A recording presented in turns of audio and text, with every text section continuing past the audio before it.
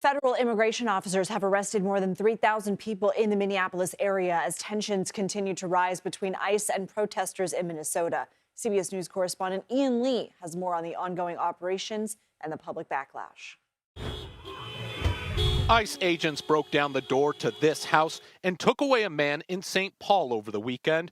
But his family wrote on GoFundMe he was returned an hour later because he's a U.S. citizen with no criminal record.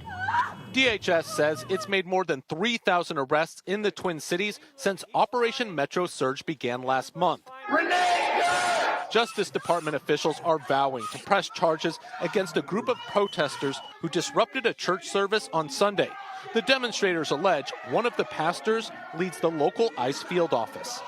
A federal judge has ordered ICE agents to stop using tear gas, pepper spray, and other non-lethal munitions against peaceful protesters and people recording ICE's movements.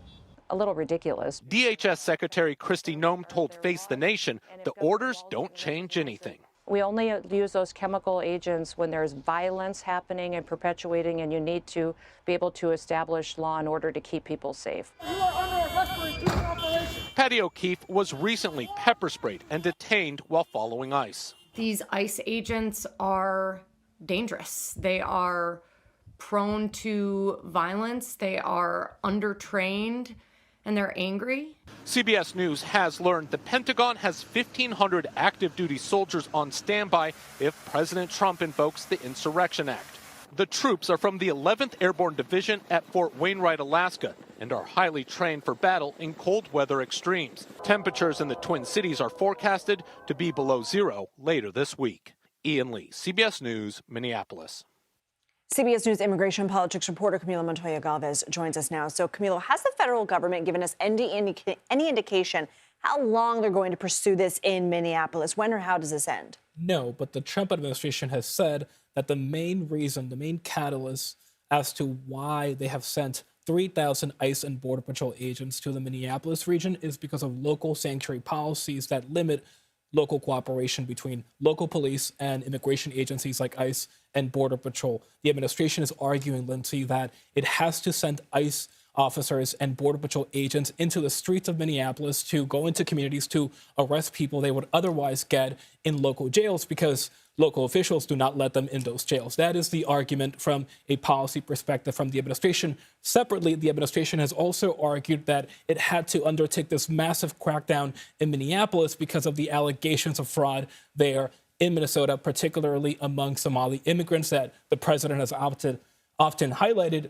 And right now, there's no indication that local sanctuary policies will be abandoned by local officials. And there's also no indication that the investigations into fraud will end anytime soon. So this operation could go on for the foreseeable future. At the same time, when the administration surged immigration agents to places like Chicago and Los Angeles, the operations there were gradually scaled back. So that's also possible. Why? Why were they scaled back in Chicago and Los Angeles? Because the administration diverted those agents to other locations like Charlotte, North Carolina, and New Orleans, too. Last week, you told us the DOJ is investigating Minnesota Governor Tim Walz and Minneapolis Mayor Jacob Frey. What's the status of those investigations? Well, our understanding is that the Justice Department continues that criminal investigation into Mayor Frey and Governor Walz, particularly focus on comments that they have made about the presence of ICE and Border Patrol agents in Minneapolis and whether those public remarks and that public criticism amounts to criminal interference or obstruction of federal immigration operations. That is a central allegation that through their public criticism, they have interfered or impeded federal immigration operations.